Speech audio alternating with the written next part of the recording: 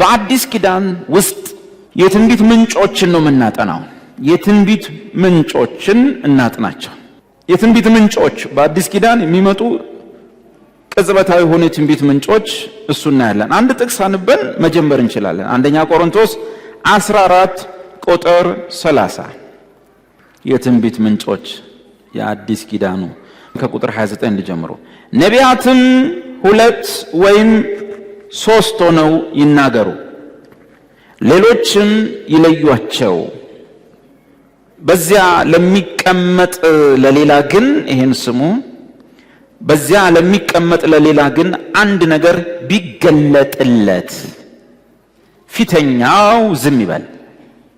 ለተቀመጠ አንድ ወንድም አንድ ነገር ምን ቢልለት ቢገለጥለት፣ መገለጥ ሬቨሌሽን የሆነ ነገር ሲገለጥለት የሚል ቃል አለ እና በአዲስ ኪዳን ውስጥ ያው በብሉይም እንደዛው ነው። በብሉይ ግን ዳይሬክት ሬቨሌሽን ነው፣ ቀጥተኛ የቃል መገለጥ ነው። እሱን አጥንተናል ከአዲስ ኪዳን ሐዋርያት ጋር አነጻጽረን። የብሉይ ኪዳኑ ነቢያትን የአዲስ ኪዳን ነቢያት አልተኳቸውም ብለን ጨርሰናል አይደል? የብሉይ ኪዳን ነቢያት የተተኩት በአዲስ ኪዳን ሐዋርያት ነው። አዲስ ስያሜ ሐዋርያ የሚል ለምን መጣ አጥንተን አልፈናል። በአንደኛ ቆሮንቶስ 14 ተለይ ቁጥር 30 ላይ በዚያ ለሚቀመጥ ለሌላ ግን አንድ ነገር ቢገለጥለት የሚል ቃል አለ። ስለዚህ የአዲስ ኪዳኑን ትንቢት ወይም ትንቢት የሚመጣበት ምንጭ ትንቢት ሙሉ በሙሉ ጌታ ኢየሱስ በሚሰጠን መገለጥ ብቻ ነው የሚሆነው። ስሜቶቻችን የሚሰጡን መገለጥ ላይ መሰረትም የሰው ፊት እያየን የሚመጡ መገለጦች ሊኖሩ አይችሉም። ወይም ሰዎች በሚሰጡን መገለጥ ፊታችሁን አይቼ ሁኔታችሁን አይቼ ወይ የሆነ ወሬ ሰምቼ መረጃ ይዤ ኢንስፓየርድ ሆኜ ሳይሆን ኢንፎርምድ ሆኜ።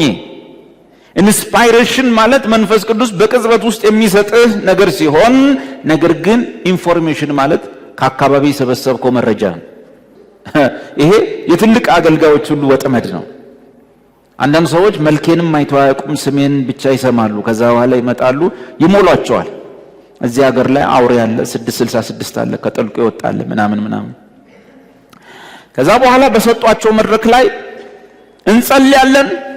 እዚህ ከተማ ላይ አንድ አውሬ ያለው አንድ ምንድነው የስተት ትምህርት የእውነት ትምህርት ምን እንደሆነ አልነገሩንም። አያለውን ጸልይ ምናምን ምንድን ሲባል ኢንፎርምድ ሆነው ነው፣ ኢንስፓየርድ ሆነው አይደል። ሰው ሲያወራ ሰምተው ያንን ይዘው የሚወጡ ሰዎች ናቸው። ኢንስፓይሬሽን ቢሆን ግን ቆይ ውስጤን ልስማው ይባላል። ኢንስፓይሬሽን በመንፈስ ቅዱስ በውስጥ የሚመጣ አብርሆት ነው። ኢንፎርሜሽን ግን ሰዎች የሚሰጡ መረጃ እና ትልልቅ ሰዎች ሁሉ በዚህ ወጥመድ ይወድቃሉ።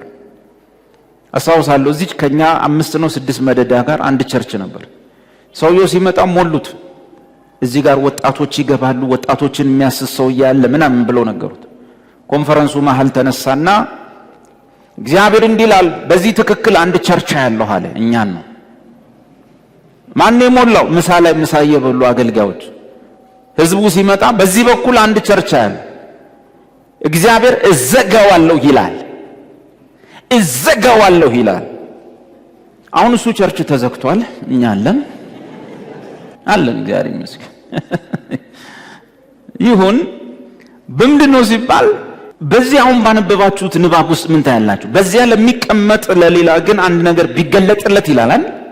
ስለዚህ ትንቢት እግዚአብሔር በሚሰጠው መገለጥ ውስጥ የሚመጣ መረጃ እንጂ በሁኔታዎች ከአካባቢው ሰው አይተን አለባበስ አይተን ሁኔታ አይተን በገምተን የምናወራው አይደለም። ቢገለጥለት የሚለውን ቃል ያዙ። ካልተገለጠልህ ዝም በል ማለት ነው። ዝም በል ማለት ነው። አንድ ቦታ ላይ አብሬ ያገለገልኩ ቀን ላይ እኔ አስተማርኩ፣ ሰውየው ትንቢት ተናገረ። ማታ ላይ ፕሮግራሙን የጋበዘን ወንድም ቤት ደግሞ ለራት ተከማቸን። ብዙ ሴቶች አሉ፣ ወንዶች አሉ፣ ከ20 በላይ ነው ሰው። ራት በልተን ስንጨርስ ያ ነብይ እንደተለመደው ትልቅ ሰውዬ ነው፣ በእርግጥ ተነሳና ትንቢት ማደል ጀመረ። ለያንዳ አንተ እግዚአብሔር እንዲህ ይልሃል፣ እንደዚህ ይልሃል፣ እንዲህ ይላል። ከዛ አጠገቤ ላይ ደግሞ አንድ ወንድም ያለ እሱ ቆሟል። ወደሱ መጣና እግዚአብሔር እንደዚህ ይልሃል እና ትዳር ሰጠሃለሁ ይልሃል፣ ትዳር ሰጠሃለሁ ይላል። አለባበሱን አይቶ ነው ምስኪን መስሎት ትዳር እንግዲህ ያው ምስኪን ሰው ያገባም ብሎ እንደሆነ አላውቅም። ሰውየው ባለ ንብረት ነው እኮ ትዳር። ከዛ እኔ ደግሞ ለሁሉም ሲነገር ደስ ብሎኝ አሜን አሜን ያልኩ፣ የሱም ሲነገር አሜን ስል ሙሉ ቤቱ አሜን አላለም። እኔ ብቻ ጮኩ። ምንድነው ነገሩ አልኩ። ሁሉም አሜን ብሏል የሱ ላይ፣ እኔ ብቻ አሜን አልኩ። ሁሉም ጭጭ ብሏል። አላወኩም። ፕሮግራም አለቀ። ከዛ ስንወጣ ልጁ ውጭ ባጃጅ አቆሟል። ዴቪዬ ሊፍት ልስጣችሁ ቤት ላድረሳችሁ አለ። ችግር የለም እሺ ብዬ ገባሁ። እየመጣ መንገድ ላይ ዴቭ አለኛ፣ ቅድም ብቻህን አሜን አልክ አይደል አለ። አዎ እኔ ምንድነው አልገባኝም፣ ትዳር ይሰጣል ሲሉክ እኮ ደስ ብሎኝ ነው አልኩት። ኧረ ዴቭ እኔ ባለ ትዳር እኮ ነኝ፣ 2 ልጆች አሉኝ። ምን ሲባል አይተ ነው ሰውን ቁመናውን አይተ ሁኔታውን አይተ ይሄ እንኳን ያገባ አይመስለኝም፣ እንደዚህ አይነት ሰው ደግሞ ጭንቁ ትዳር ነው እድራሃል አይባልም። ቢገለጥለት የሚለውን ቃል ያዙ። በቃ ማለት ዝም ማለት አይቻልም። ማቴዎስን ምዕራፍ 3 ቁጥር 9ን እናጥና ብለ አንብባ አጥንት አትወጣም እንዴ? ከትንቢት የሚበልጥ የጸና የትንቢት ቃል ነው። የግድ የሆነ ነገር ተጨንቀ ማውጣት የለብህም። ሰው ግራ ታጋባል። የኛ ቤት የጣውላ ቤት ነው። የጣሊያን የሰራው የጣውላ ቤት ነው እና ግድግዳው በጣውላ ይከፈላል። ከዛ በኋላ እናቴ ቤት በነበርኩ ሰዓት በዛ በኩል በግድግዳው በኩል አንዲት ጴንጤ ያለች፣ ያው በዙሪያችን ጴንጤ ነው ደግነቱ። በዚህኛው በኩል በዛኛው የጣሊያን ቤት ነው። ሁሉ ነገር እዛም ሲወራ ይሰማል፣ እዚህም ሲወራ ይሰማል። እና ይጸልያሉ። 2 አገልጋዮች ቤቷ መጥተው ይጸልያሉ። ሴትዮዋ ወደ 50 ዓመት ሴትዮ ነች እና ይጸልያሉ። ሰውየው ቤት ውስጥ ለካ ምሳ ሲበላ ምናምን ልጅ አላየም። ጓደኛውን ጠይቅ፣ ልጅ የላትም? አዎ የላትም። እቺን በልቡ ይዞ ምግብ ከተበላ በኋላ ጸሎቱ ተጀመረ። እኛ ከዚህ ሆነን እንሰማለን፣ ግን ንዴታችንን መቆጣጠር አልቻልንም። ሰውየው ተነሳ፣ እህቴ ሆይ እግዚአብሔር እንዲልሻል፣ ድንኳንሽን ትከይ፣ ካስማሽን አስፊ፣ እግዚአብሔር በልጆች ባርክሻለሁ ይላል አላት። ከዛ አልቻልንም። ግድግዳውን ጩኸትም ስለነበር ጓጓጓ አረግን። ባካችሁ ቀንሱ። ለምን እንደው እውነት እንኳን ጥሩ እንኳን ቢሆን እሺ ምንም አይደለም፣ እኛም አሜን እንላለን። ሰውየው ያላወቀው ነገር ሴትዮዋ ባል የላትም። ባል በሌለበት ሁኔታ አንድ እድሜዋ ወደ 50 ገብቷል፣ ሁለተኛ ባል የላትም። እሱ ባል ኖሯት ያልወለደች ነው የመሰለው። የኛ ኤልያስ ቤቷ ገባና ተወልጃለሽ ካስማሽን አስፊ ምናምን ሲል ግድግዳውን መታንኛ። ቢያንስ ያቁም ግው አደግንጣል እንትኑ ለምን ሸክም ያላወቀው ትዳር የላትም። ሴትዮዋ እንዴት አርጋ ነው ወንድ በሌለበት የምትወልደው? በክሮስ ፖሊኔሽን ነው ማለት ፓፓይ ናት። እዛ ጋር ወንድ ቆሞ እሷ እዚህ ጋር ሆና እንዴት ይረገዛል? ያለ ወንድ አይረገዝ። ለዚህ እንዲህ ነገሮች ከምን ይመጣሉ? ሁኔታዎችን በማየት ሴትዮዋ አሳዘነችው። ባል እንኳን አላት የላትም ተብሎ ሳያጣሩ መጮ እንዲህ ያለን እናንተ አውሩ ብላችሁ በየቤታችሁ በየሰፈራችሁ በየአካባቢያችሁ ብዙ ጉድ አለ። ምንድነው ችግሩ ሲባል ትንቢት እግዚአብሔር በሚሰጠው መገለጥ የሚመጣ እንጂ በሁኔታዎች ላይ ተመስርቶ አይመጣም። አሁን ትንሽ ነገሮች ላውራላችሁ። እንግዲህ እዚህ ቦታ ላይ ነቢያት 2 ወይም 3 ይናገሩ፣ ሌሎችም በዚያ ለሚቀመጥ ለሌላ ግን አንድ ነገር ቢገለጥለት ፊተኛው ዝም ይበላል። የማህበሩን መልክ ያሳያል። ድሮ ማህበር ሲሰበሰብ ምንድነው የሚሆነው? ያው አሁንም እንደዛው ይመስለኛል። ማህበሩ ሁሉ ቁጭ ነው የሚለው። ድሮ ባለመደገፊያ ወንበር ያለ ይመስላችኋል? የለም። አግዳሚ ወንበር ያለ ይመስላችኋል? የለም። አብዛኛው ጊዜ መሬት ላይ ነው የሚቀመጡት መሬት ላይ ነው። እንደዛ ነው ድሮ የሚደረገው ጉባኤ። ተናጋሪው ሰውዬ ይቆምና እግዚአብሔር የሰጠውን ነገር ይናገር ነበረ። ለምሳሌ ዝም ብለህ አውጣ እስቲ። ተናጋሪው ሰውዬ ቆሞ ነው የሚያወራው፣ ሌሎች ይቀመጣሉ ማለት ነው። ሉቃስ 4:16 ዝም ብለን በፍጥነት ለማንበብ ያህል መጽሐፍ ቅዱስ ውስጥ የድሮ ማህበር ከምኩራብን ወደ ክርስትና የመጣው የምኩራቡ አሰራር እዛው ሰዎቹ ክርስቲያኑ ሆኑ፣ ወደ ክርስትና መጣና እንደዛ አይኔውስ ተናጋሪው ይቆማል። ሉቃስ 4:16 ምን ይላል? ወዳደገበት ወደ ናዝሬት መጣ፣ እንደ ልማዱም በሰንበት ቀን ወደ ምኩራብ ገባ፣ ሊያነብም ተነሳ አይደለም ይለው ተነሳ ልክ ሊያነብ ሲል ከሰው መካከል ብድግ ብሎ መጥቶ ያነብ ነበር። ሐዋርያት ሥራ 1:15 አውጣላቸው እንዲሁ ጥቅስ አብረን ለማጥናት ያለ ሐዋርያት ሥራ ምዕራፍ 1 ቁጥር 15 በዚያ ወራት ጴጥሮስ 120 በሚያህል በሰዎች ማህበር አብረው በነበሩ በወንድሞቹ መካከል ተነስቶ 120 እንዴት ነበሩ ሲባል ቁጭ ብለው ነበር የሚጸልየው። ከነሱ መካከል በወንድሞቹ መካከል ተነስቶ አለ። እንግዲህ ተነስቶ የሚለው ትክክለኛ ቃሉ በከተማ ቋንቋ ቆሞ ማለት ነውና ስቱድ አፕ ምን ማለት ነው? ከተቀመጡበት ብድግ ብሎ መቆም ማለት ነው። እንግዲህ ይቀመጣል ማህበሩ። የሚናገረው ሰውዬ ቆሞ ነበር። ምዕራፍ 5 ቁጥር 34 እዚሁ ነገር ግን በሕዝብ ሁሉ ዘንድ የከበረ ሕግ መምህር ገማልያል ቢሉት አንድ ፈሪሳይ በሸንጎ ተነስቶ ሌሎቹ ቁጭ ነው የሚሉት ሐዋርያትን ጥቂት ፈቀቅ እንዲያደርጓቸው ያው እዛ ጋር but a Pharisee named Gamaliel, a teacher of the law of Moses, highly esteemed by all the people, ምን ሆነ? stood up in the council ወይም ሳኔድሪን ውስጥ ወይም ካውንስል ስብሰባ ውስጥ ቁጭ ብለው ነበር። እሱ ምን ሆነ? ብድግ አለ። ልክ እንደዛው ነው። ጉባኤ መካከል ተቀምጣችሁ ያለ አንድ ወንድም ቢገለጥለት ተነስቶ የሚለው ያኔ ከነበረው የማህበር ሁኔታ ተነስቶ ነው። ብዙ ጥቅሶች አሉ እንደዚህ ያላችሁ። ሰሚው ደግሞ ይቀመጥ ነበር። ጥቂት ጥቅስ ለማየት ያህል ለምሳሌ ሐዋርያት ሥራ ምዕራፍ 20 ቁጥር 9 አውጤክስም የሚሉት አንድ ጉባኤ በመስኮት ተቀምጦ ታላቅ እንቅልፍ አንቀላፍቶ ነበር። ማን ሲያስተምር?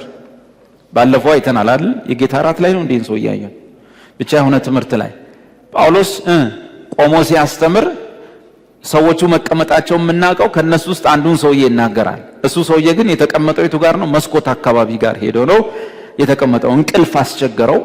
ስለዚህ ተቀምጦ ሰሚው ሰው ይቀመጥ ነበር። ያዕቆብ ምዕራፍ 2 ቁጥር 3 የጌጥ ልብስም የለበሰውን ተመልክታችሁ ጉባኤ መካከል ሀብታምና ድሃ እንዳንለያይ፣ ሀብታሞች ፊት ለፊት ድሆች ወደ ኋላ የሚል ትምህርት እንዳይመጣ ማስጠንቀቂያ ነው። የጌጥ ልብስም የለበሰውን ተመልክታችሁ ባጭሩ ሀብታም ማለት ነው። ተመልክታችሁ አንተስ በዚህ በመልካም ስፍራ ተቀመጥ ብትሉት አስተናጋጆች ማለት ነው። መቀመጥ የሚለው ማህበሩ ምን ይላል? ይቀመጣል። ተናጋሪው ሰው ምን ይሆናል? ስቱዳፕ ያደርጋል። ይቆምና ይነሳና ይናገራል። የሚናገረውን ነገር አሁን የቅድሙ ቆሮንቶስ ላይ ነቢያት ስንት ሆነው ይናገሩ?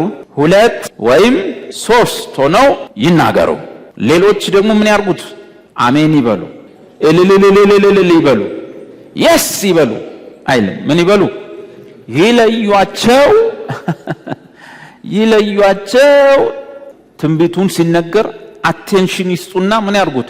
ወይ ኬርፉሊ ምን ማለት ነው? በጥንቃቄ መዝኑት። ይሄ ነገር አዲስ ኪዳናዊ ነውን? ይሄ ነገር ዶክትሪን ይንዳልን? ይሄ ነገር የክርስቶስን ትምህርት ይሽራልን? መስቀሉን ያሳንሳልን? ትንሣኤውን ያጎድፋልን? የቅዱሳንን ልጅነት መብት ስልጣን ይጨፈልቃልን?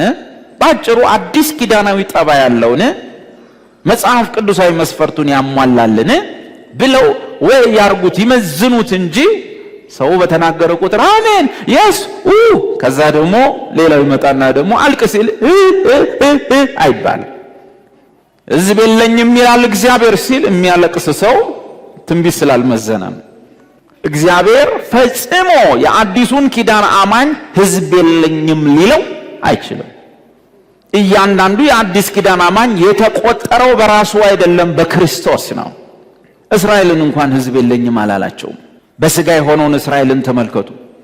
እግዚአብሔር ከነርሱ ይልቅ ለናንተ የሚበልጥን ነገር አይቶ ስለነበረ ለናንተ የተሰጠውን ጸጋ የነሱ ነቢያት ለነሱ ይሆን ዘንድ በዘመናቸው ይመረምሩ ነበር፣ ግን ለነሱ ሳይሆን ሞተው አለቁ። ለናንተስ የተሰጠውን ይህን ጸጋ መላእክቱ እንኳን ሊያዩት ይመኛሉ። ልጅ ነህ እንጂ ባሪያ አይደለም። ለፍርሃት እግዚአብሔር የፍርሃትን የባርነትን መንፈስ አልሰጠንም። እነዚህ ሁሉ ባሉበት ሰውን በማስለቀስና በሰው ላይ በመደንፋት ነብይነት የለም።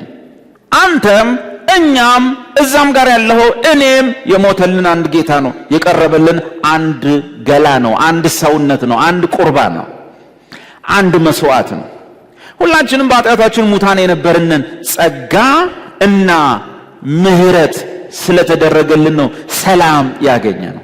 በተረፈ ማንጓጠጥ፣ ሰውን ማሳቀል፣ ማዋረድ ምን ከየት እንዳመጡትም አላቅም። ንግግሩን ተነሰነሰ ወደዚህ ወደዛ አይባልም። ተው መንፈሳዊ ቦታ ላይ ዓለማዊ ቦታ ላይ እንዲህ አይባልም። ሰው ክቡር ነው። ምን ይመስላል ምን ትመስላለች አይባልም። ሰው ደግሞ እንደዚህ የሚለውን ሰው ይወዳል። ጥቅስ ማውጣት እንችላለን። ብዙዎቻችሁ የምትወዷቸውን አገልጋዮች ላሳያችሁ። 2ኛ ቆሮንቶስ ነው ብዙ ሰዎች የሚወዱት። አሁን ዝም ብዬ እንዲህ ሲያገለግል አይወድም። አሁን ትንሽ ቆጣ ብል ማንጓጠጥ በጀምር በስማ ፋየር ፓወር ምናምን ነው የምትሉት። ምዕራፍ 11 በዚህኛው በድሮ ትርጉም እናነበው። ማንም ባሪያዎች ቢያደርጋችሁ ማንም ቢበላችሁ ገንዘባችሁን ማለት ነው። እሺ እናንተን አይበላም። ማንም ቢቀማችሁ ይኸው እግዚአብሔር እንዲል ያለ መኪናህን ቢወስድብህ አንዳንዱ ሚስቱን ሁሉ ያስረክባል። ሐሜት አይደለም እውነት ስለሆነ። ማንም ቢቀማችሁ ማንም ቢኮራባችሁ እቺ ባህሪ እንደው ቀብረር የማለት መንፈስ። ማንም ፊታችሁን በጥፊ ቢመታችሁ ትታገሳላችሁና። እስከምን ይደርሳል አገልግሎታቸው? እነዚህ ሰዎች የሚገርም አገልግሎት ነው። ባሪያ ያደርግሃል፣ ይበላሃል፣ ይቀማሃል፣ ይኮራብሃል። እስከምን ይደርሳል ቅባቱ? ይሄ ፊታችሁን በጥፊ ሁሉ ሲመታ በአይኔ ያየሁት ነው። ይሄ ሌላ ከተማ አይደለም፣ እዚህ ከተማ ላይ ግን ልጁ አሁንም እዛው ቱሱቱስ ይላል። የልጆች አባት ነው። ቢያንስ ለራሱና ለሚስቱ ክብር መጠንቀቅ አለበት። እና ሰጠው በጥፊ። የሚገርመኝ ይሄ በጥፊ የተመታው ሰው ያንንም አይወደኝም አሁንም አይወደኝም፣ ያንን ሰው ግን ይወደዋል። እኔ ለምን እንደሆነ አላውቅም። እስከዚህ ድረስ ይሄዳል ይሄ ቅባት። እኛ እውነተኞች ክርስቶስ ሐዋርያት ግን እናንተ ላይ እንዲህ ለማድረግ ልባችን አይጨክንም የሚል ደግሞ አለ አንድ ቦታ ላይ ወዘተ። ባጭሩ የድሮ ጉባኤ ምን ይሆናል? ይቀመጣል። ሐዋርያት ሥራ ላይም አለ። ጳውሎስ በፊልጵስዩስ በደረሰ ጊዜ ሴቶቹ መሬት ላይ ተቀምጠው ነበር። የሚገርመው ነገር እዛ ቦታ ላይ እነ ጳውሎስም ተቀምጠው ነው የሰበኩት። ህዝቡም ሜዳ ላይ ተቀመጠ፣ እነሱም የሆነች ቦታ ላይ ተቀመጡ። እንደዚህ ሆኖ ሰበኩ። እንደዛ አይነት ነገር ነበር። ስለዚህ አንድ ሰው ቢገለጥለት ይነሳና ያን የመጣለትን ይናገር የሚለውን ለማብራራት ነው። የማህበሩ መልክ ያንን ይመስል ስለነበረ ትንቢት ሌላም ነገር ቢሆን ማለት ነው። በተለይ ትንቢት በማህበር መካከል እግዚአብሔር ሲገልጥልህ የምትናገረው ብቻ ነው መሆን ያለበት። በንዴት መናገር የለብም። ጉባኤው አንተ ስታገለግል ወይም ስትጸልይ አሜን የማይል ከሆነ ንዴት የማይሆን ትንቢት ውስጥ እንድትገባ ያደርግሃል።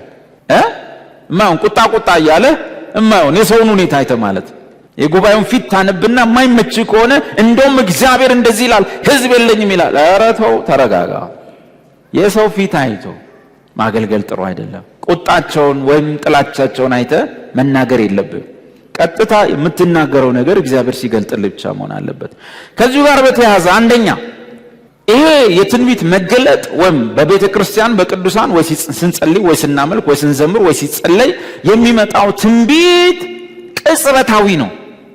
ቀድመ እያሰብክ የመጣው አይደለም፣ እየተዘጋጀ የመጣ አይደለም። በጸሎት ሰዓት ሊሆን ይችላል፣ በአምልኮ ሰዓት ሊሆን ይችላል። ብቻ እግዚአብሔር በፈለገው ሰዓትና ቦታ ላይ የሚመጣው የአዲስ ኪዳን ትንቢት እንደነ ኤርሚያስ እንደነ ኢሳይያስ ያለ አይደለም።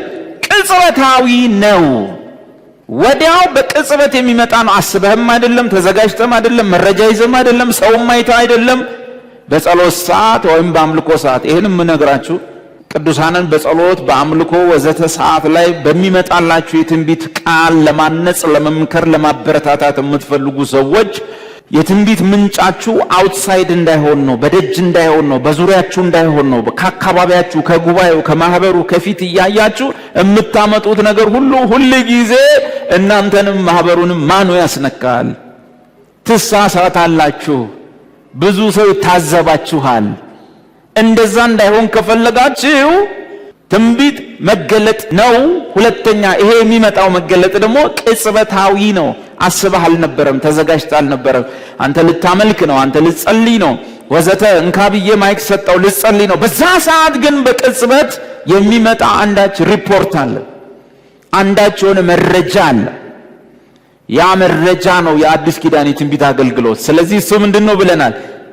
ሲመጣ ግልጽ አይደለም። ሐሳቡ ይመጣል፣ እንደ ብሉይ ኪዳን ትንቢት ግን ቃል በቃል በስርዓተ ነጥብ በአራት ነጥብ በነጠላ ሰረዝ እንደወረደ አይመጣም።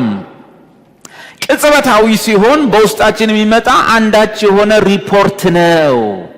ያን ሪፖርት ስታቀርበው በተቻለ መጠን ተጠንቅቀ አሳንሰ ካላቀረብከው በስተቀር አበዛዋለሁ አሰፋዋለሁ ስትል ከመልእክቱ ወጥተህ የራስህን ሌሎችንም ነገር መጨማመር ይመጣል። ትዝብት ውስጥ መውደቅ ይመጣል። የተሰማህን ያህል ሴማይኖ የሚለውን ቃል አጥንተናል። አጋቦስ ረሃብ በምድር ላይ እንደሚመጣ በመንፈስ አመለከተ። ሴማይኖ አመለከተ ማለት ረሃብ እንደሚመጣ ተናግሯል። ግን መቼ አይታወቅም፣ እንዴት አይታወቅም፣ በምን ምክንያት አይታወቅም፣ ጊዜው አይታወቅም። አጋቦስ ጎበዝ ነው፣ ያን ሁሉ ነገር አልቀባጠረም። ጃ በመንፈስ ረሃብ እንደሚመጣ ታውቆኛል ብሎ አመለከተ። ሴማይኖ የሚል ቃል ግልጽ ያልሆነ እንደ ብሉይ ኪዳን ቃል ፊደል በፊደል ቃል በቃል በስርዓተ ነጥብ ያልተቀመጠ ድብዝዝ ያለ ነው። ክሊር አይደለም። ረሃብ እንደሚመጣ ታውቋል። አጋቦስን ግን መቼ ብትለው እኔም አላውቅም፣ እንዴት አላውቅም፣ በምን አላውቅም። ስለዚህ ያልተገለጠውን በመቼ እንዴት ወዴት የሚለውን አለማውራት ይመረጣል። የአብዛኞቹ ስሜታውያን ሰዎች ችግር ረሃብ እንደሚመጣ ያውቁና ከዛ በኋላ ከሰሞኑ ዜና ይጨምራል። ዜናን ይጨምራል ማለት ከዛ በቃ ሰሞኑን ነው ብለህ ስትጠብቅ ረሃቡ ይጠፋል። የታለ ትባላል። የአዲስ ኪዳን ትንቢት መቼም ፐርፌክት ሊሆን አይችልም። አብራችሁን ስታጠኑ የቆያችሁ ነገሩ ይገባቸዋል። ሐሳቡን አግኝታችሁታል። በምንም አይነት ሁኔታ የአዲስ ኪዳን ትንቢት ትንቢተ ሕዝቅኤል አይደለም፣ ትንቢተ ዳንኤል አይደለም፣ ትንቢተ ኤርምያስ አይደለም። ቃል በቃል ተጽፎ መጽሐፍ ቅዱስ መሆን የሚችል አይደለም። ያ ብቻ አይደለም። አጋቦስ በሌላ ቦታ ለጳውሎስ ትንቢት ተናገረው። ትንቢቱ ልክ ነው፣ አዎ ይፈጸማል፣ አዎ ጳውሎስ ይታሰራል፣ አዎ ጳውሎስን አትሂድ ትታሰራለህ ቢለውም ጳውሎስ ግን ልክ ነው እታሰራለሁ ለመሞትም ዝግጁ ነኝ ብሎ ሄደ። የአዲስ ኪዳን ትንቢት ተነግሮ እንኳን አልፈው የምትሄደው ለምን የተሰጠው የቃል መገለጥ በአዲስ ኪዳን ከሚመጣው በወንድሜ ከሚመጣው ትንቢት ሲበልጥ ለቃሉ መገለጥ ትታዘዛለህ እንጂ እኔ ሕዝቅኤል ነኝ እኔ ኤርምያስ ነኝ እንዳትል ወንድሜ። ትንቢቴም ትንቢተ ሕዝቅኤል ነው፣ ትንቢቴም ትንቢተ ኤርምያስ ነው እንዳትል። እሱ ነቢያቱ በሐዋርያት ትንቢታቸውም በአዲስ ኪዳን መጽሐፍት ተዘግቶ አልቋል። ይሄ ለማነጽ የተሰጠው አገልግሎት ግን በውስጥ የሚመጣ ቅጽበታዊ የሆነ መረጃ ነው፣ ቅጽበታዊ የሆነ ሪፖርት ነው። ዓላማውን ተነጋግረናል። ቅዱሳንን ለመስበር አይደለም፣ ለማሳዘን አይደለም፣ ስቃይ ውስጥ ለመጨመር አይደለም፣ ስጋት ውስጥ፣ ፍርሃት ውስጥ፣ እንቅልፍ ማጣት ውስጥ ለመጨመር ከሆነ ከአጋንንት ነው። ጳውሎስ ነግሮናል። ለአዲስ ኪዳን የሚሰጠው ትንቢት ዓላማው ፈርቶ የመጣውን እንዳይፈራ፣ ስጋት የገባውን ለማጽናናት፣ ውልቅልቁ ወጥቶ የመጣውን ለማጽናት እንጂ ደክሞ ሲመጣ እዚህ ውስጥ እያንዳንድሽ አለሽ ደካማ ሁላ የትም ውለሽ የምትመጪ እግዚአብሔር እንዲልሻል ተበላሽ፣ ሬሳ ሳጥና ያለው መቃብራ ያለው ብዙ ቅዱሳኖች እንደ ቆሻሻ በግሬደር ተጠርገው ሲወጡ ያለው ቤቴን አጸዳለሁ ይላል። እግዚአብሔር ቤቱን ማጽዳት ከጀመረ የሚቀጥለው እሁድ ማንንም አያገኝ። ማንንም ላጽዳ ካለ ማን ሊቀር ነው? ከሰውየው ከነቢዩ ጀምሮ በክርስቶስ ሁኔታ ባይቀበለን በእኛ ሁኔታ ከተጀመረ ማን ሊተርፍ ነው? እግዚአብሔር ቤተክርስቲያን ስታድፍ ስትቆሽሽ ይጠርጋታል ነው የሚለው፣ በቃሉ ውሃ ያጠባታል ነው እንዴ? በቃሉ ማጠብ ሲያቅተን መጥረግ ጀመርን ማለት ነው። እግዚአብሔር ሌላ እኛ ሌላ ነው። እግዚአብሔር በቃሉ ውሃ የቤተክርስቲያንን የፊት መጨማደድ ያጥባል እንጂ ሚስቱን አካሉን የአካሉን ብልቶች እየቆራረጠ የሚጥል አረመኔ አይደለም። ስሜታችን ነው። ቢሆን ደስ የሚለንን ነው ትንቢት አድርገን የምንናገረው። ቢጨረግድ ደስ ይለናል። አንዳንድ ወንድሞችን እያነሳ ብንቀብራቸው ደስ ይለናል። እሱን ትንቢት አድርገን እናወራለን። ከኪዳን ውጭ እንሆናለን። የሚያሳዝነኝ የሚላቀሰውና የሚያዝነው ሰው ነው። ከኪዳን ውጭ ከትንቢት ውጭ ቅድም ሲናገሩ ትንቢት ሌሎቹ ምን ያርጉት ወይ ያርጉት ይመዝኑት፣ ከአዲስ ኪዳን ጋር ያስተያዩት፣ ከኪዳን ስርዓታችን ከህይወት ስርዓታችን ጋር ያስተያዩት፣ ከጳውሎስ ትምህርት ጋር ያስተያዩት፣ ከሮሜ ከቆሮንቶስ ከኤፌሶን መልእክት ጋር ያስተያዩት እንጂ አሜን የሱ ከዛ ደግሞ አንዱ መጥቶ አልቅስ በል አለ እግዚአብሔር ደግሞ ሌላ ይመጣና ሄድክ በቃ ገሰገስክ አሜን። እንደሱ አይደለም።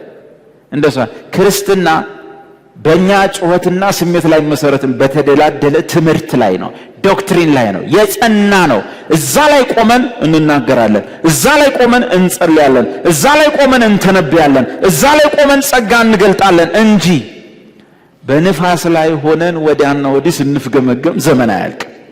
የጸና ሃይማኖት ነው። የአብ የግሉ ሃይማኖት ነው። ሃይማኖቴን ጠብቀሃል ብሎ ራሱን የነገረን በራእይ ላይ የሱ ሃይማኖት ነው። በምንም አይነት ሁኔታ ቲክቶክ ላይ እንደምናየው በየሰፈሩ እንደምናየው ውዥብርብሩ ይወጣ ቅብጅርጅሩ ይወጣ እምነት አይደል። የጸዳ የሰማይ ሃይማኖት ነው። መላእክት ከኋላ ባክ የሚያደርጉት ነው። ወንጌሉ ትምህርቱ መላእክት ከኋላ የሚደግፉት ታስረ እስር ቤት ስትገባ ወይኒ ቤቱን ከፍተው የሚያስወጡበት እምነት ነው። ሰማይ ቀኙን የሰጠለት ሃይማኖት ነው እንጂ ቲክቶክ ላይ የምናየው የስድድብ የመሞላለጭ አንዱ አንዱን የማዋረድ የውሸት ትንቢት ውሸት። ገና አንድ ትንቢት መናገር ሲጀምሩ ከስር የባንክ አካውንት የሚያስቀምጡበት ሃይማኖት አይደለም።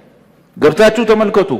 ከ300 በላይ ወደ 400 የሚጠጉ ቪዲዮዎች አሉ። አንዱም ቪዲዮ ላይ የባንክ አካውንታችን የለም። ፌስቡካችንን ገብታችሁ ይሄን ቤት እየሰራን እንኳን አካውንት ከስራ አንጽፍ እና ግዝ ብለው ሲደውሉ ምን ጠይቃቸው ትምህርቱን ሰምተሃል ወይ? አይ አንድ ቪዲዮ ነው የሰማሁት። በደንብ ስማና ልብ ሲሞላ ትልካለህ እንጂ ላከው አስገባው ሃሌሉያ አይባል። መንቀባረር አለብህ።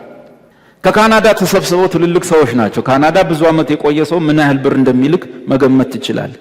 ደወሉ ልንልክ ነው ብሎ ትምህርቱን ተከታትላችኋል ወይ? አንድ የተወሰነ ቪዲዮ አይተናል። ምን ያህል? አንድ 3-5 ነው እህታችን ሰጣን ያየነው ምናምን አለው። አይ ብሮን መላክ አይችሉም፣ መጀመሪያ ይመልከቱ፣ ቢያንስ 10-15 ቪዲዮ ይመልከቱ። ከተጠቀሙ እኛ ከተጠቀምኖት መለገስ ይችላል። ምክንያቱም ከሳቸው ሚሊዮን ብር የኔ 2 የመጽሐፍ ቅዱስ ጥቅስ ይበልጣል መታወቅ ያለበት። ከዛ ምና ጥሩ ነው እኮ እንሰማለን፣ ግን አሁን ብንልክሳሉ አይችሉም። አባቴ እየተቆጡ መጡ ማለት ብንልክ ግን ምን ይሆናል አሉ። አይቻልም፣ አይሆንም። ይስሙ አንዳ በዛው ጠፉ። እግዚአብሔር ይመስገን። እኛ ወደ 400 ቪዲዮ ነው የለቀቅነው። አንድ ቪዲዮ ለቀቅ ከስር የባንክ አካውንት የንግድ ባንክ፣ የብርሃን ባንክ፣ የአዋሽ ባንክ፣ የአቢሲኒያ ባንክ እንዴት ነው የሚጻፈው? ኧረ የለም፣ እውነት የለም። መጓጓትና መናፈቅ ያለብን እኛ ጋር ያሉ እውነቶች አሉ፣ ሰዎች መስማት አለባቸው። እሱን እንዲሰሙ መጓጓት። ስንትና ስንት ሺህ መንፈሳዊ መገለጥ አለ። ያን ሳይሰሙ አንተ እንዴት ነው ገና በአንድ ጊዜ ከስር 3 ባንክ አይጻፍም፣ ነውር ነው። እና አንደኛ ብያቸዋለሁ ከመገለጥ በታች ያለ ትምህርት ነው። መገለጥ የሚለውን ይዘናል። እግዚአብሔር ሳይገልጥልህ አታውራ፣ ውስጥ ሳይመጣ ግን ይሄ መገለጥ አንደኛ ቅጽበታዊ ነው። አስበህ የምትመጣው አይደለም። እያሰላሰልክ የመጣውን ትንቢት አድርጋ አታውራው። መገለጥ ከሆነ ከዙሪያ ካለ መረጃ አግኝተህ ማታወራው ከሆነ ምንድነው የሚሆነው? በቅጽበት እየጸለይክ እያመለክ ወይም እንካ ማይክ ብየሰሰተ ጸልይ ብየሰተ እየጸለይክ የሚመጣ ቅጽበታዊ መረጃ ነው። ሆሊ ስፒሪት ነው እሱን ያመጣው። መንፈስ ቅዱስ የሰጠህ መረጃ ነው ለማህበሩ እንዲጠቅም። ያን ጊዜ በብልሃት ግለጠው፣ በብልሃት ጸልየው፣ ትንቢታዊ ጸሎት አድርገው። ገለጥ ያለና ብርት ያለ ከሆነ ደግሞ እንደ በራው መጠን ወይም ደግሞ በሮሜ መጽሐፍ ላይ ትንቢትን የሚናገር እንደ እምነቱ መጠን ይናገር ይላል። ከእምነቱ በላይ አዘባርቀው እንደ እምነት መጠን ያችን የመጣችውን መናገር። ያኔ አንጸናል፣ ይጠቅመናል። በተረፈ ረሃብ እንደመጣ ታመለክትና ሰዎች መቼ ነው እንዴት ነው የሚለውን ይጠብቃሉ ብለህ አሁን ሰሞኑን ብትል አይሆንም። በአውግስጦስ ቄሳር ዘመን ነው ረሃቡ የሚሆነው። ትበላለህ ማለት ነው። ትበላለህ ማለት ታውቃላችሁ አይደል? ባለፈው ትራምፕ ላይ የግድያ ሙከራ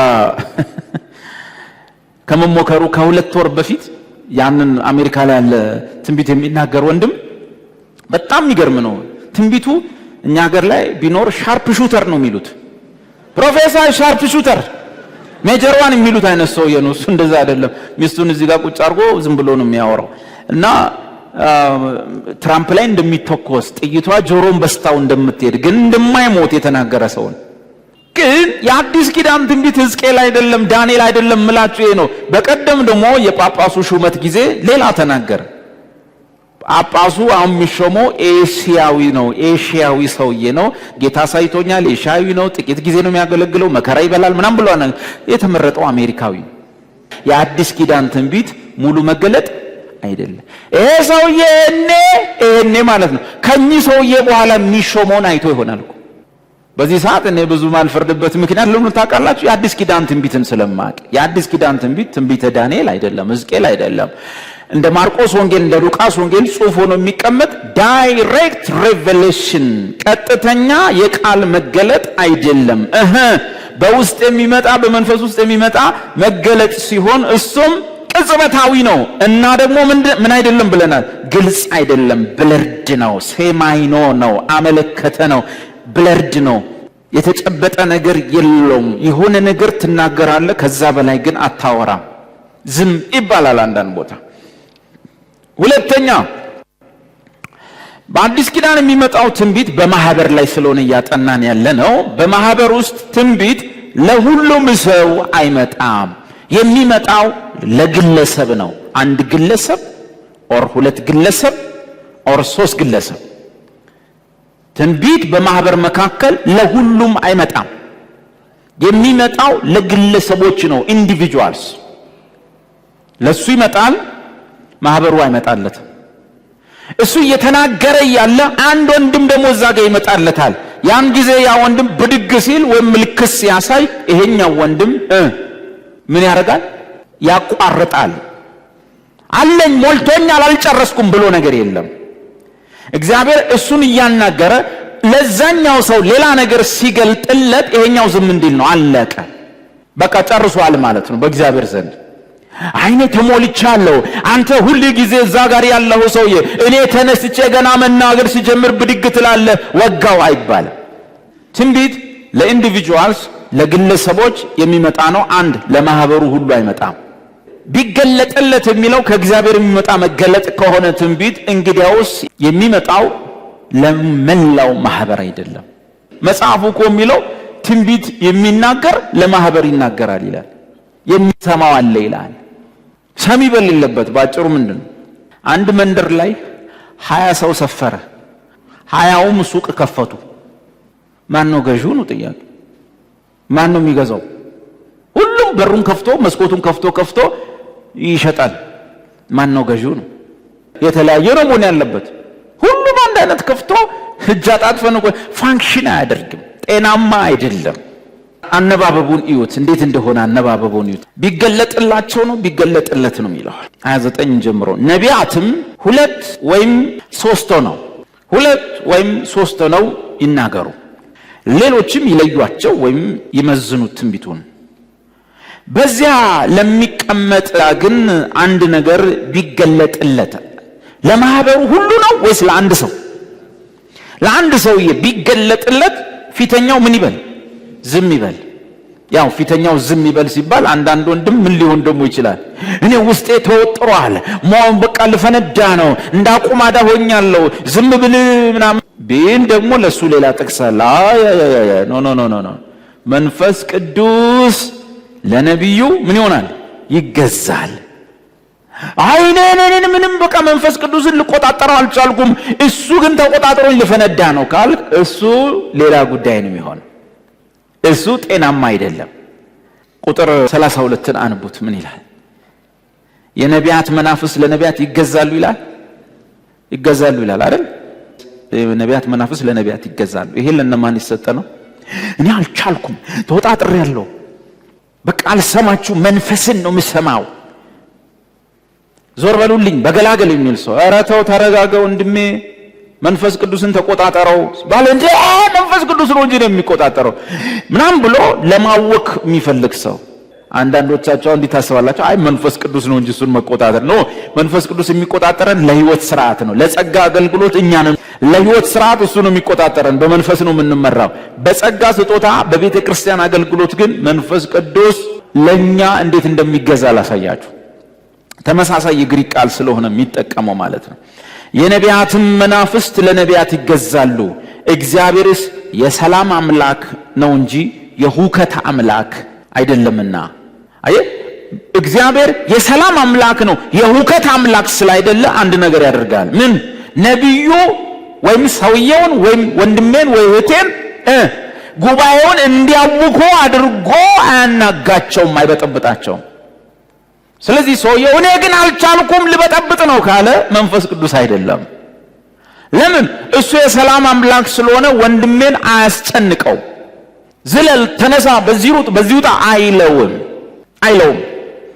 ይሄ ከምን ጋር የተገናኘ መሰላችሁ? የነቢያትን መናፍስት ለነቢያት ይገዛሉ ይላል። ይሄ ይገዛሉ የሚለውን በግሪክ አውጣው። ተመሳሳይ ቃል ነው ኢየሱስ ለወላጆቹ ከታዘዘበት ጋር። ሉቃስ ወንጌል ላይ ኢየሱስ ለቤተሰቦቹ የታዘዘበት ጥቅስ አለ። ሁለቱን ማነጻጸር እንችላለን። ቃሉ አንድ ነው፣ የግሪኩ ቃል ማለት ነው። ሉቃስ ወንጌል ምዕራፍ 2 ቁጥር 51 ላይ ያለውና የቆሮንቶሱ መንፈስ ቅዱስ ማለት ነው። ነቢያት መናፍስት ሌላ አይደለም። ሰባቱ መናፍስት ስለምንለው ነው።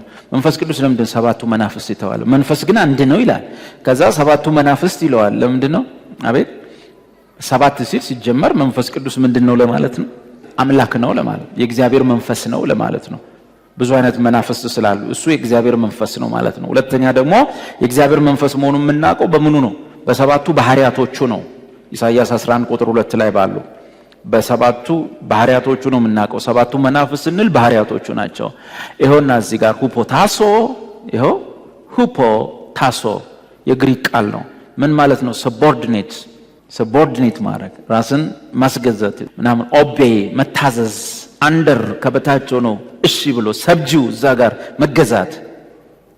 ልክ ቆሮንቶስ ላይ የተጻፈው ነው ይሄ። ልብ በሉ ቆሮንቶስ ላይ ሁፖታሶ መንፈስ ቅዱስ ለነብዩ ምን ይሆናል? ሁፖታሶ በእኛ ይገዛል። የሚገርም ነው። እግዚአብሔሩ ክብር ላንተ ይሁን። የማይሆን ነገር እኮ ነው። እንደፈለገ ሊያረገን መብቱ ነበር። ከርኩስ መንፈስ በምን ተለየ ማለት ነው? አሁን እስቲ ንገሩ። ቅዱስ መንፈስ ከርኩስ መንፈስ። እርኩስ መንፈስ ግን ለገባበት ሰውዬ ምን አይልም? አይገዛም፣ አይታዝም። ሰውየውን እያነሳ በዚያ አስሮጠዋል፣ ከዛ ይፈጠፍጠዋል። ሹል ነገር እየፈለገ ተሰካ ይለዋል። ቦይ እየፈለገ ይከተዋል። ሰውየው እርኩሱን መንፈስ መቆጣጠር አይችልም። ስለዚህ እዚህ ከመጣችሁ በኋላ እኔ መቆጣጠር አልቻልኩም ልፈነዳ ነው ካልክ ማን ነው ጥያቄ? ማን ነው ይሄ? ለምን የእግዚአብሔር መንፈስ ለሰውየው ለክርስቲያኑ ለነብዩ ምን ይሆናል? ሁፖታሶ ምን ይሆናል? አቤት ሰቦርዲኔት ያደርጋል፣ ሰብጂው ያደርጋል፣ ይታዘዛል። ልክ እቺ ቃል ሉቃስ ወንጌል ላይ ታገኟታላችሁ። መገዛት የሚለው ቃል መንፈስ ቅዱስ ክርስቲያኖች ይገዛል። በውስጤ አንዳች የሆነ ቅጽበታዊ መልእክት ቢያመጣ ለምሳሌ መታገስ ይችላል። እሱ አምጥቷል፣ መንፈስ ቅዱስ አምጥቷል፣ ግን መታገስ ይችላል። ኢቭን ሳልናገር ዝም ልሉ ይችላል። ኢቭን በልቤ ውስጥ አስቀምጬ ልተው ይችላል። 1 ዓመት ዝም ልል ይችላል። መንፈስ ቅዱስ የነገረኝ የዛሬ 4 ዓመት ግን እስካሁን ድረስ ዝም ልል ይችላል እንጂ እኔ ግን አልችልም፣ የኔ ግን በቃ ካልክ ማን ነው እሱ? ልፈነዳ ነው ምናምን። በጣራ ላይ የሮጡልን ወንድሞች ችግራቸው ይሄ ነው። መንፈስ ቅዱስ በምንም አይነት ሁኔታ ከቁጥጥር ውጭ አድርጎ በዚህ ላይ አያስሮጥ። እኛ ስጋት አለን። አሁን ራሱ እዚህ ላይ ማገጃ ገና በጣም ነው የምንሰራው። ብረት እንሰራለን እንሰራና እዛ ላይ የሚወጣ ሰው ሁሉ ቼክ የተደረገ ሰው ነው መሆን ያለበት። በደንብ ያስተማር ነው ያጠመቅ ነው ሊሆን ይችላል። እና ደግሞ ቼክ የተደረገ ሰው ካለ መጽዳት አለበት ታች። ከዚህ ዘሉልን ቢወርድስ እንኳን እዚህ ላይ እንዲሮጥ ልንፈቅድለት ቀርቶ የለም። ይሄ እኮ ጨዋ ሃይማኖት እኮ ነው። ጨዋ ሃይማኖት እኮ መንፈሱ ጨዋ እኮ። እግዚአብሔርስ የሰላም አምላክ እንጂ የሁከት አምላክ። ሁከት ማለት ምን ማለት ነው? ጩኸት አይደለም። ሁከትና ጩኸት የለም። ሁከት ማለት ለአእምሮ የማይመች ነገር፣ ለውስጣችን የማይመች፣ ለጉባኤ የማይመች።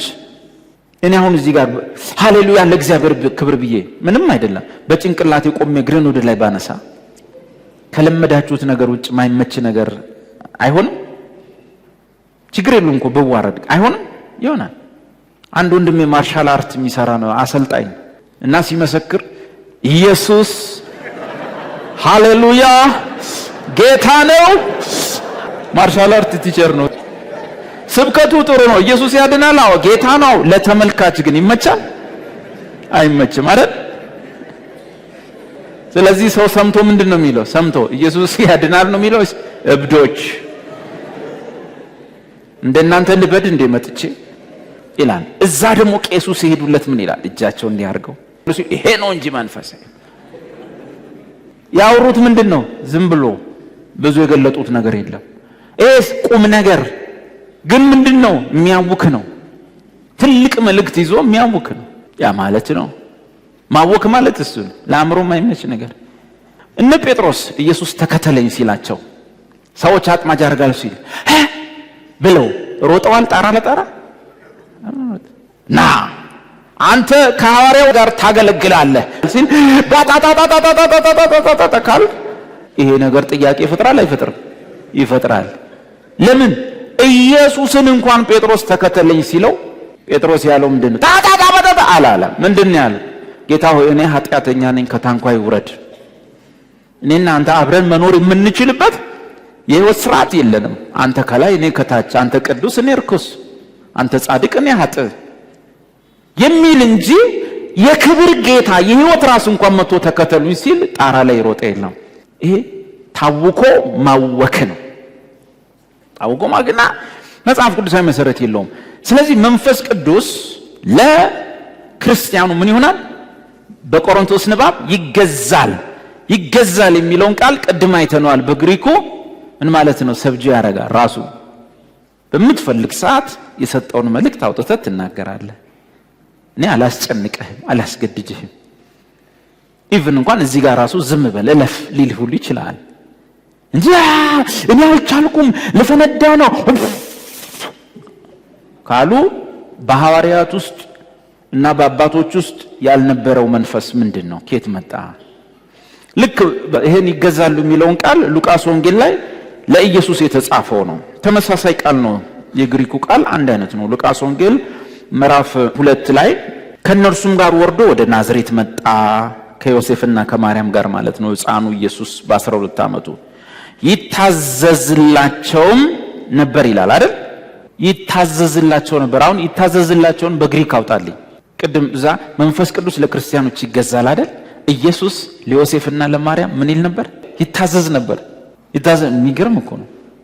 ስለዚህ ወልድ እግዚአብሔር ወልድ በዮሴፍና በማርያም ቤት ውስጥ ለዮሴፍና ለማርያም ምን ይል ነበር? ይታዘዝ ነበር። ማን? እግዚአብሔር ወልድ የዓለማት ሁሉ ፈጣሪ እንጂ ቤት ውስጥ ገብቶ እኔ አምላክ ነኝ፣ ቤቱ አይበቃኝም፣ በሩን ክፈቱልኝ አላለ። ምን ያደርግ ነበር? ይታዘዝ ነበር።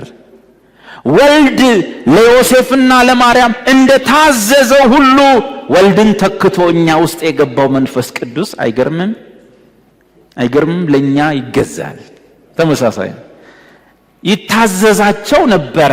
ይሄው ሁፖ ታሶ ዘሴም ነው።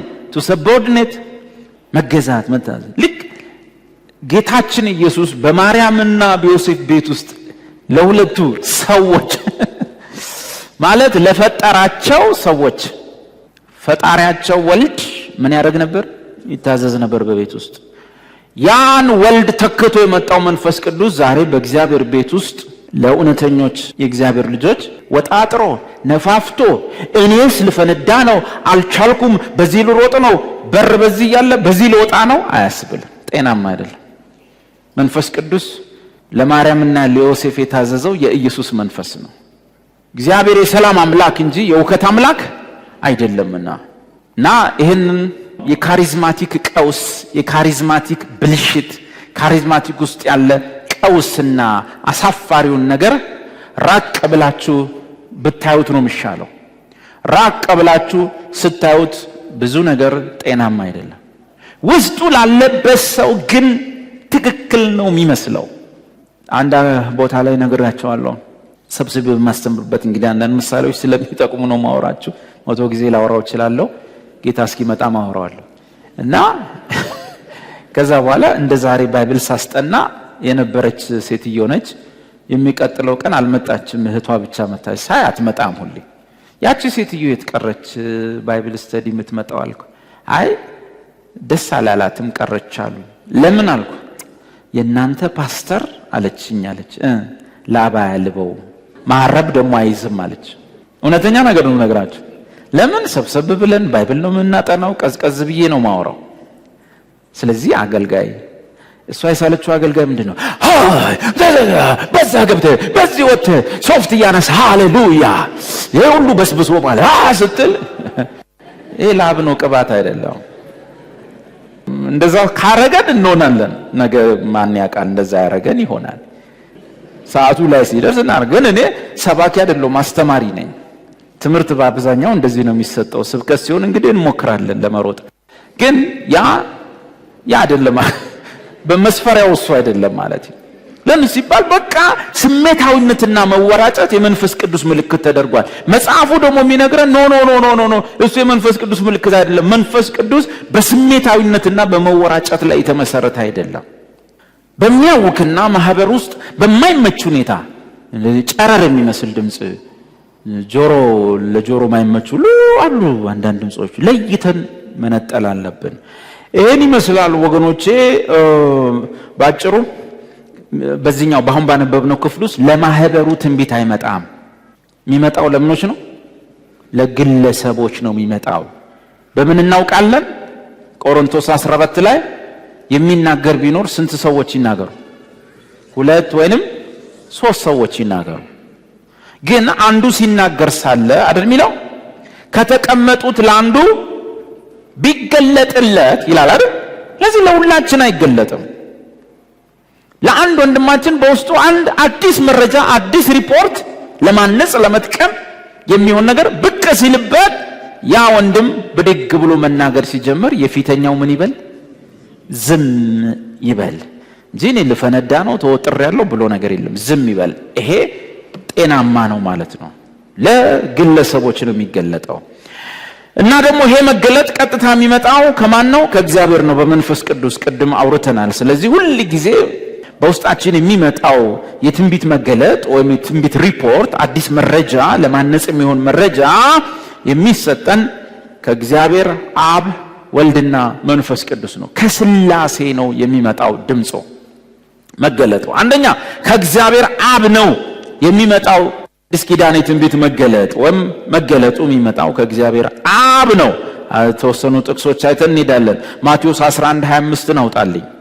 11 በዚያን ጊዜ ኢየሱስ መልሶ እንዲህ አለ፣ አባት ሆይ የሰማይና ምድር ጌታ ይህን ከጥበበኞችና ከአስተዋዮች ሰውረ ለሕፃናት ስለገለጥክላቸው ምን አረጋለሁ?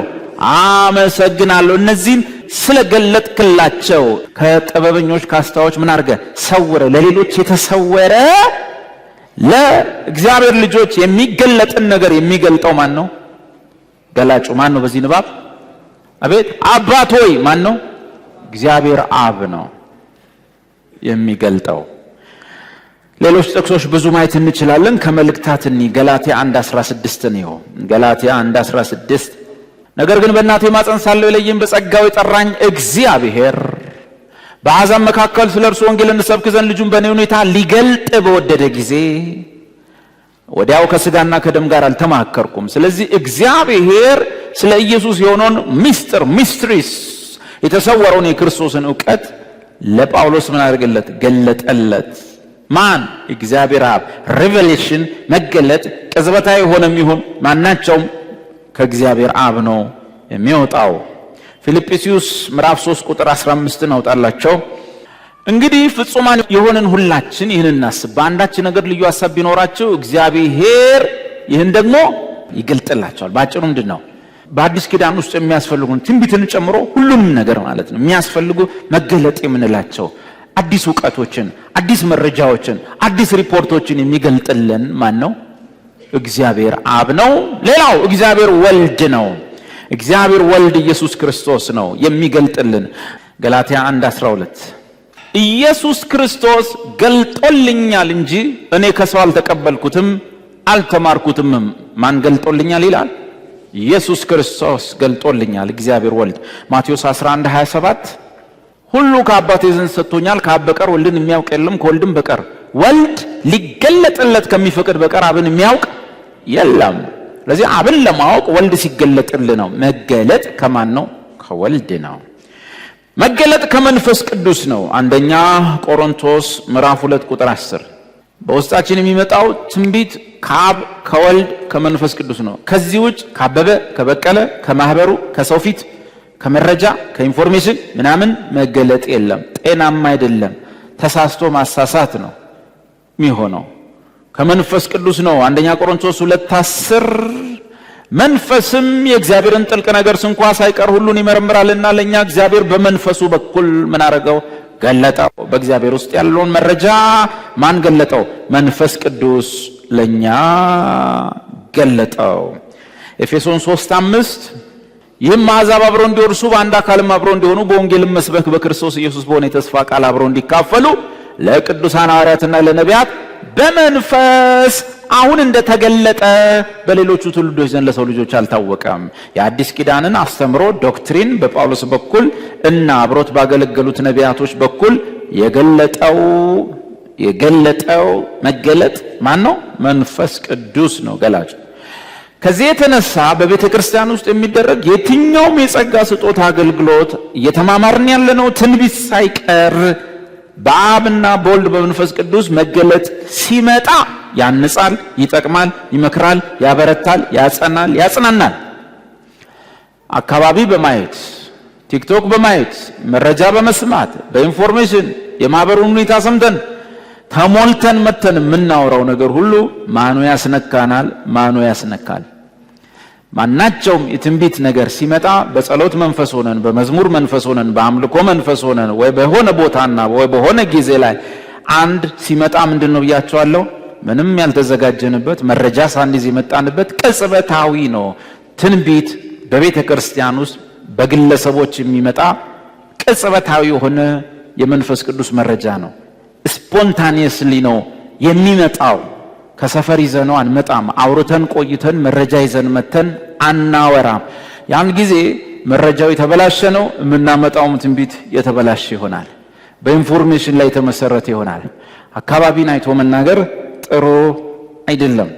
ስንገፋ በመጽሐፍ ቅዱስ ውስጥ ያሉ ሐሰተኛ ትንቢቶችን የምናጠናበት ከሰፈር ሳንወስድ የሆነ ሰውዬ እንዲተሳስቶ የሆነ ሴትዮ እንዲያሳሳሳንል ከመጽሐፍ ቅዱስ ውስጥ ራሱ ሰዎች በሐሰት ሲተነብዩና ውጤቱን እናጠናለን። የሆነ ሰዓት ላይ ስንደርስ ቦታው ጋር ስንደርስ እነዛ ሰዎች ከምን ተነስተው ነው ሲባል እናጠናለን። ቦታቸው ላይ ከአካባቢው ሁኔታ ተነስተው ተንበዩ። ንጉሱን አዩ። ንጉሱ ያስፈራል። ጥሩ ከተናገሩለት ምሳ ይበላሉ፣ መጥፎ ከተናገሩ እስር ቤት ይወረወራሉ። ከዚህ ተነስተ ንጉሶ ይልሃል እግዚአብሔር፣ ውጣ ይልሃል እግዚአብሔር፣ ተከናወን ይልሃል እግዚአብሔር ሲሉ የዋሹ የንጉሱን ፊት ሳያይ የአካባቢውን ፊት ሳያይ ክፉ ከተናገርኩ እስር ቤት፣ ደግ ከተናገርኩ ምሳ ቤት ሳይል ከላይ ሰምቶ እንደወረደ የተናገረ ሰው አለ። ወዲያው እስር ቤት። ሁኔታ አይተው የሚናገሩ፣ አካባቢውን አይተው የሚናገሩ፣ ማህበሩን አይተው የሚናገሩ፣ መረጃ ይዘው ያወሩትን ሻይ ላይ ቡና ላይ ያወሩትን ነገር እግዚአብሔር እንዲላል ማለት ከባድ ነው። ለምሳላችሁ በቤተ ክርስቲያን ውስጥ የሚነገረው ነገር በእግዚአብሔር ስም የሚነገር ስለሆነ ጥንቃቄ ይፈልገዋል። በራሴ ስም እኔ ሲመስለኝ ብል ችግር የለውም። ዳዊት ሲመስለው ጌታ መንፈስ ግን እንዲህ ይለኛል ብሎ መናገር ግን መንፈስ ቅዱስ ብዬህ ነበር እንዴ? ለምን በስሜ ሰራው? እኔ ቱ ጋር ነው እንደዚህ ያልኩ? ለምን በስሜ ተዋሻለህ? እንትን አናዷችሁ ያውቃል? እንደዚህ ነገር ገጥሟችሁ ያውቃል? እኔ ደጋግሞ ስለሚገጥመኝ ወደፊትም ይገጥመኝ ይመስላል። በስማችሁ ያላላችሁትን፣ ያልሆናችሁትን፣ ያላደረጋችሁትን ሰው እሱ ነው ያለኝ ብሎ አውርቶባችሁ ያውቃል?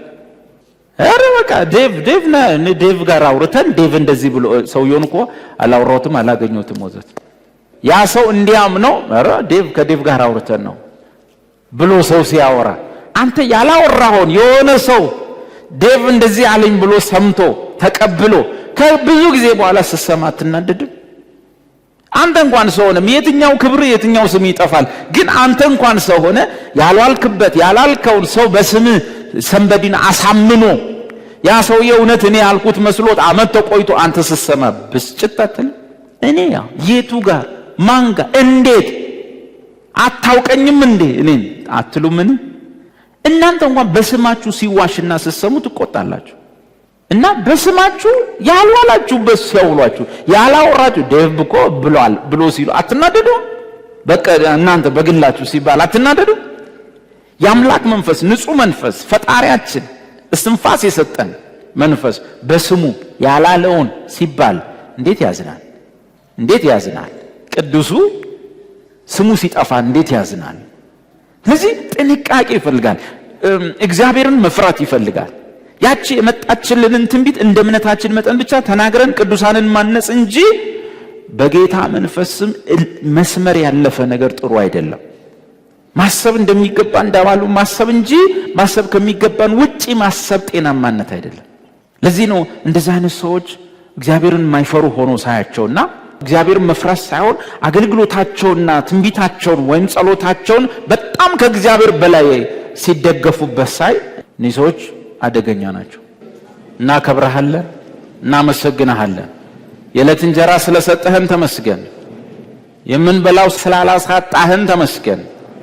እግዚአብሔር ሆይ ቃልን ለሰሙ ለእውነተኞች የእግዚአብሔር እስራኤሎች በሕግ በተደረገ መገረዝ ሳይሆን በጌታ በኢየሱስ እጅ በመንፈስ ቅዱስ ለተገረዙ እውነተኛ እስራኤሎች በዚህ ቤት ላሉ ቅዱሳን አይሁዶች በግልጥ ሳይሆን በስውር አይሁዳዊ ሆነ አይሁዳዊ ነው እንደሚል ቃል በእምነት የአብርሃም ልጆች ለሆኑ ለነዚህ በኢየሱስ ክርስቶስም በመንፈስ ነፍስ ስጋቸው ላይ በጎነት አካል እንድትለብስ እግዚአብሔር እስኪገረሙ ድረስ እንድትረዳቸው ቃልን ሽተዋልና በቃል ውስጥ ያሉ ሕይወት እንዲያገኛቸው ዘሩ እንዲበቅል እግዚአብሔር በጎ ነገር ሁሉ እነሱን እንዲወርሳቸው ሳያውቁ መልካሙ ነገር ስር ሰዶ እንዲያድግባቸው ሳያውቁ ለበጎነት የሚሆኑ ነገር ቤታቸውን እንዲወርስ ሁለንተናቸውን እንዲወርስ የእነርሱ የሆነውን ሁሉ እንዲወርስ በኢየሱስም ስር የሰደደ ዘር እንዲሆን በጌታ በኢየሱስ ክርስቶስም አምኜ ጸለይኩን። የሕይወት ውሃ ወንዝ እግዚአብሔር ሆይ ቃልህም ውሃ በወንድሞቼ መንፈስ ነፍስ ሥጋ ላይ ለማረስረስ እንዲበዛ እግዚአብሔር ሆይ ልምላሜያቸው ብዙ እንዲሆን ፍሬያቸው ብዙ እንዲሆን ቅጠላቸው እንዳይረግፍ በኢየሱስ ክርስቶስ ስም በወንዝ ዳር እንደተተከለች ዛፍ ስለሆኑ አመሰግንሃለሁ። ኢየሱስ ሆይ ተባረክ። እኛን መርዳት የማይታክት ማሰለች ሆይ ተመስገን። ዛሬም ያንተ ጥገኞች ነን። ዛሬም ያንተ ተለጣፊዎች ነን። ዛሬም ያንተ ተደጋፊዎች ነን። ያላንተ አንቆምም፣ ያላንተ አንጸናም፣ ያላንተ አንራመድም፣ ያላንተ አንወጣም አንገባም። አማኑኤል ሆይ እግዚአብሔር ከኛ ጋር ሆይ ኢየሱስ ሆይ ጌታ ሆይ ልጆችህን ቅዱሳኖችህን ወንድሞቼና እህቶቼን በሚያስፈልጋቸው ነገር አንተ ታውቃለህ። ምን እንደጎደለ ታውቃለህ። ምን እንደሚያስፈልግ አንተ ታውቃለህ። ጌታ ኢየሱስ ሆይ የታምራት እጆች በእነርሱ ላይ ትሆን። የእነርሱ በሆነ ነገር ላይ ሁሉ የታምራት እጆች ይሆኑ። በበጎነት ጌታ ሆይ መልካሙን ነገር በእነርሱ ላይ ጻፍ። ያቺ በምድሪቷ ላይ የጻፈችው ጣት በእነርሱ ቤት ላይ በጎ ነገር ትጻፍ። በእነርሱና የእነርሱ በሆነ ነገር ላይ ሁሉ መልካሙን ነገር ትጻፍ። ቃል ተናገር ብላቴና ይፈወሳል ብሎ እንዳለ ጌታ ሆይ በሩቅ ተናገር፣ እዚህ ሆነ ተናገር ብላቴና ይፈወሳል እንዳለ ጌታ ሆይ በእኛ ነገር ላይ ቃል ትውጣ፣ በእኛ ሁኔታ ላይ ቃል ትውጣ። በማይሆነው ነገራችን ላይ የሚሆነው ቃል ይውጣ። በሞተው ነገራችን ላይ ሕያው የሆነ ቃል ይውጣ። በተበላሸ ነገራችን ላይ ልከኛ የሆነ ቃል ይውጣ። በፈረሰ ነገራችን ላይ የሚሰራው ቃል ትውጣ። እናመሰግንሃለን። ተባረክ። ክብር ሁሉ ላንተ ይሁን። ከእግዚአብሔር ከአባታችን ከልጁም ከኢየሱስ ጸጋ ምሕረትና ብዙ ሰላም ይሁን። አሜን።